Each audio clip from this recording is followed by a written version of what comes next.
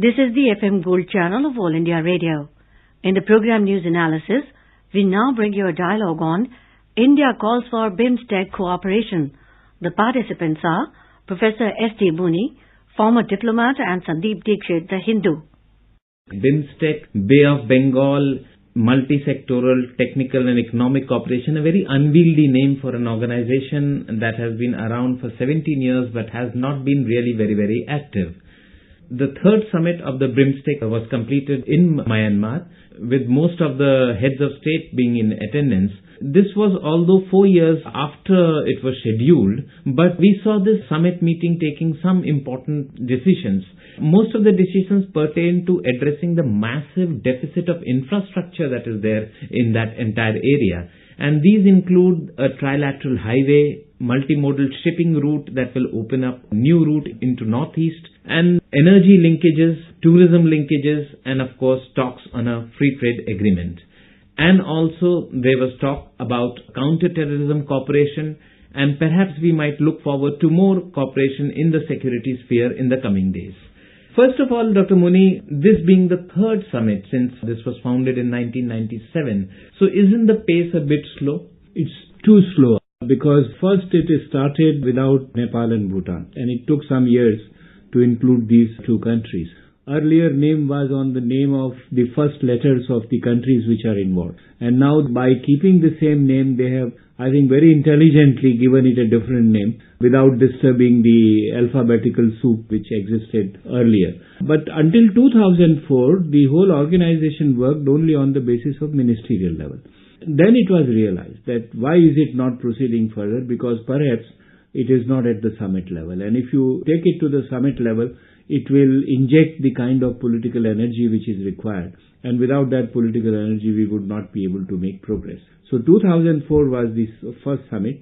Unfortunately, even summit schedule has not been maintained properly, which I say unfortunate because I think this is a very critical organization for the security and development of all the countries involved, and particularly of the region, Bay of Bengal, which has strategically become so important now that we should not have slackened on that. I think that the progress has been made, but it is extremely slow, and we will have to speed up the pace of this progress as fast as we can. Some areas where some progress has been made is the Kaladan multimodal project. If you could just briefly tell our listeners what this Kaladan project is all about. And then the second area where talks seem to be coming to a conclusion is on a trilateral highway from India, going India, Myanmar and Thailand.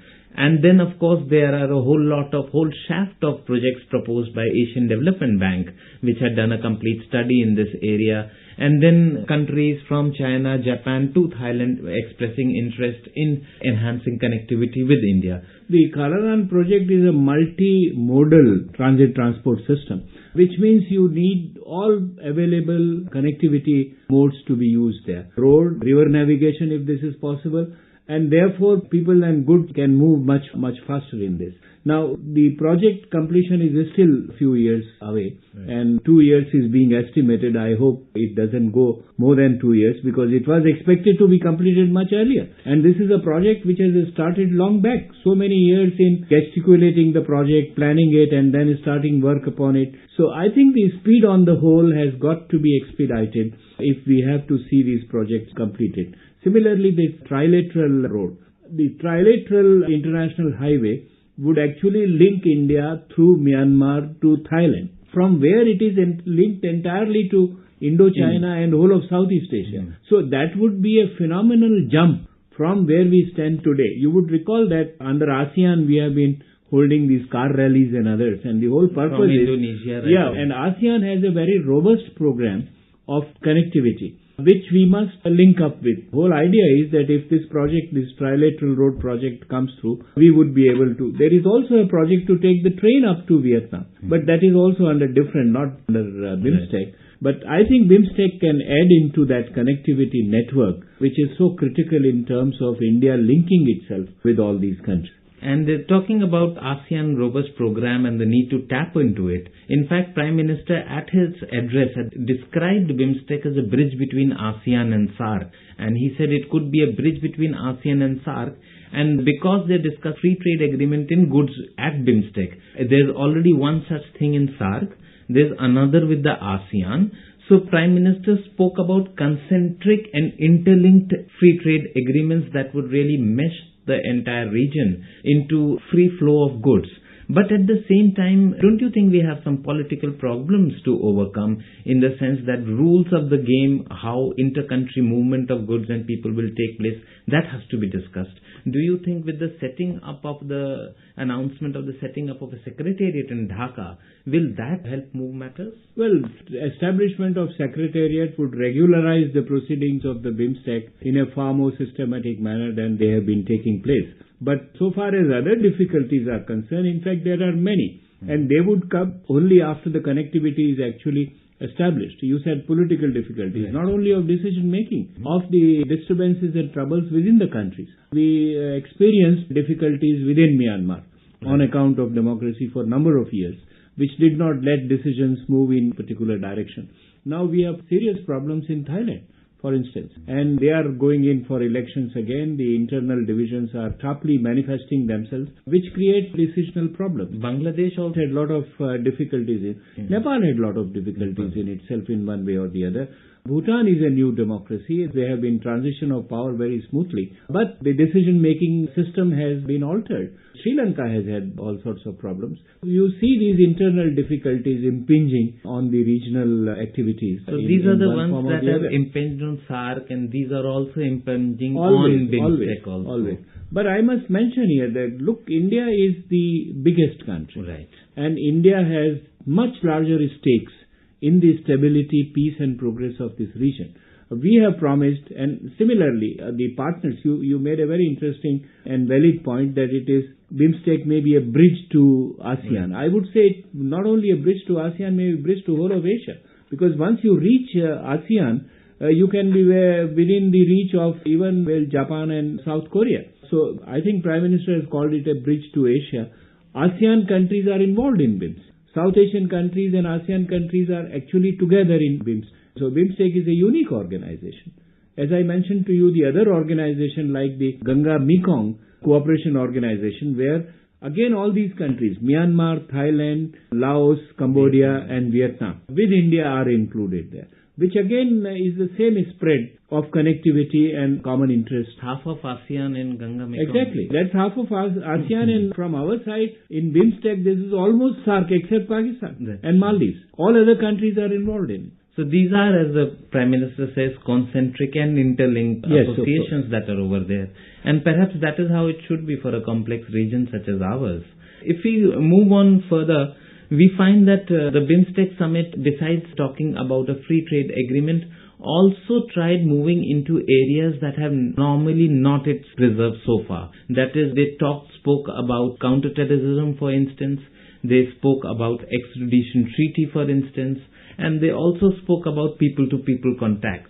So these are non-traditional areas in which BIMSTEC is going into, which has not been its domain in the past 15 years or so. These are the non-traditional areas, you can call them. They are very critical because all the countries involved, Thailand, Myanmar, India, Bangladesh, Nepal, they have all undergone Sri Lanka insurgencies. They have faced terrorism in one form or the other. And if you have to confront these menaces, the problems which are affecting you are common. And if common problems are there, we must seek common solutions. Extradition treaty is actually a part of it, because what happens is, because of the land connectivity, the governments and the ordinary people and the goods and the cargoes cannot transport from one place to another. But the insurgents very easily go from one boundary to another. We have had the experience of Nagas, for instance, across India and Myanmar. Doing a trilateral thing. Some of the northeast insurgents had gone to Bhutan. So they cross into the borders in each other. And unless you have common procedures and common approach, you cannot really tackle this kind of a challenge. And that is what the Prime Minister meant when he said, meanwhile, while we are putting in place the physical infrastructure such as the trilateral highway and the Kaladan multimodal transport, we should start discussing and putting in place rules for cross-country movement.